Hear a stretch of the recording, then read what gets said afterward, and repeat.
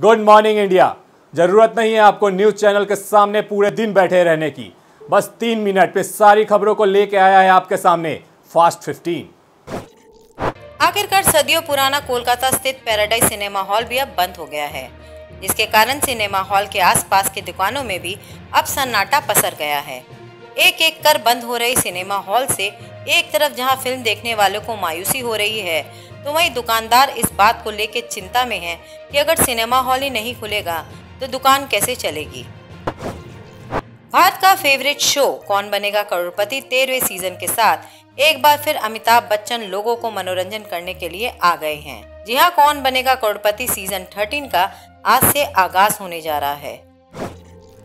अमरनाथ गुफा मंदिर की वार्षिक 59 दिवसीय तीर्थ यात्रा 22 अगस्त को छरी मुबारक के रूप में संपन्न हुई। भगवान शिव की पवित्र गदा को हवाई मार्ग से वहां ले जाया गया। छरी मुबारक की रस्में अमरनाथ यात्रा की पारंपरिक शुरुआत का प्रतीक है। छरी मुबारक की रस्में अमरनाथ यात्रा की पारंपरिक शुरुआत का प्रतीक है। उत्तर प्रदेश के पूर्व मुख्यमंत्री एवं राम मंदिर आंदोलन के प्रमुख नेताओं में शुमार किए जाने वाले कल्याण सिंह का हाल में ही निधन के बाद लोग उनके अंतिम दर्शन के लिए उत्तर प्रदेश पहुंच रहे हैं। इस बीच उनके शव के अंतिम दर्शन की एक तस्वीर पर कांग्रेस पार्टी और तृणमूल कांग्रेस की तरफ से सवाल खड़े हो रहे हैं। दरअसल इस तस्वीर में देखा जा सकता है कि राष्ट्रीय ध्वज के ऊपर भारतीय जनता पार्टी के झंडे को रखा गया है। इस तस्वीर ने सोशल मीडिया पर तूफान खड़ा कर दिया है। बॉलीवुड के सुपरस्टार सलमान खान इन दिनों रूस में टाइगर 3 की शूटिंग में बिजी है। सलमान खान के साथ फिल्म में कैटरीना कैफ भी नजर आने वाली हैं। इस बीच टाइगर 3 के शूटिंग सेट से सलमान खान का लुक सोशल मीडिया में वायरल हो रहा है। अयोध्या का देश में पर्यटन का केंद्र बनाने के लिए राज्य व केंद्र सरकार दोनों ही प्रतिबद्ध नजर आ रही है। आए दिन अयोध्या के विकास हेतु विभिन्न परियोजनाओं की घोषणा होती रहती है। इस कड़ी में मील का पत्थर साबित होने वाली एक और परियोजना का उपहार अयोध्या सहित सभी देशवासियों को मिल सकता है। जल्द ही रामनगरी को एक बुलेट ट्रेन का तोहफा मिल सकता है। कोरोना महामारी की तीसरी लहर को लेकर एक्सपर्ट्स लगातार चेतावनी दे रहे हैं। देश की जनता इस साल मई जून में कोरोना की दूसरी लहर का सामना कर चुकी है।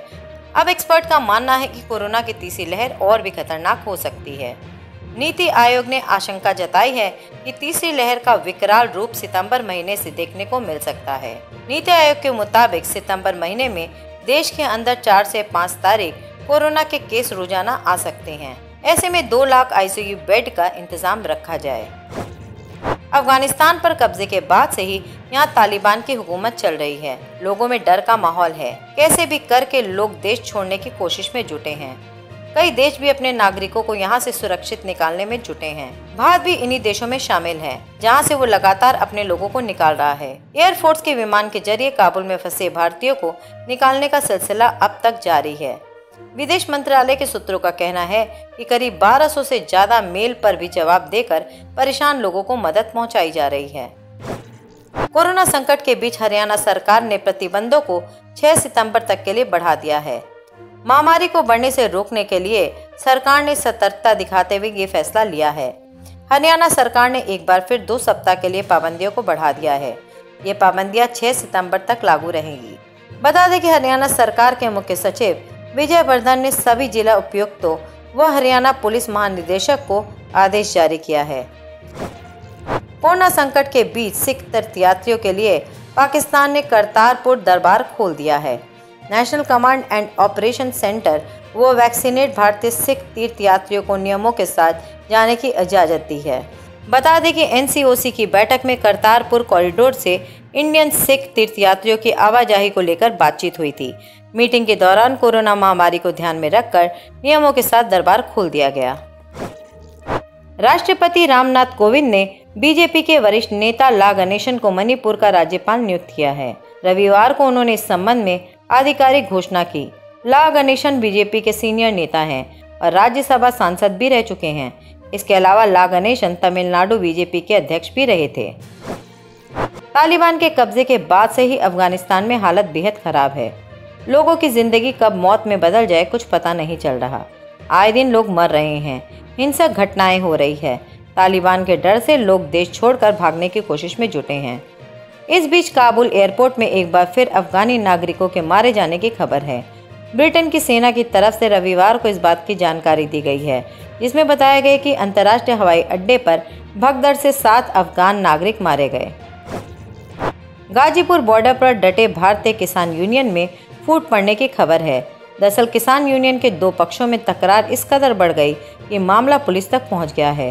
राकेश टिकैत के करीब शमशेर राणा ने अपने ही संगठन के नेता धर्मेंद्र मल्लिक पर जान से मारने की धमकी देने का आरोप लगाया है। लंबे समय से ई फाइलिंग पोर्टल में दिक्कत आ रही है, जिससे इनकम टैक्स भरने वालों को काफ़ी परेशानी हो रही है। कई लोगों की शिकायत के बाद अब सरकार ने वेबसाइट की परेशानी को गंभीरता से लिया है।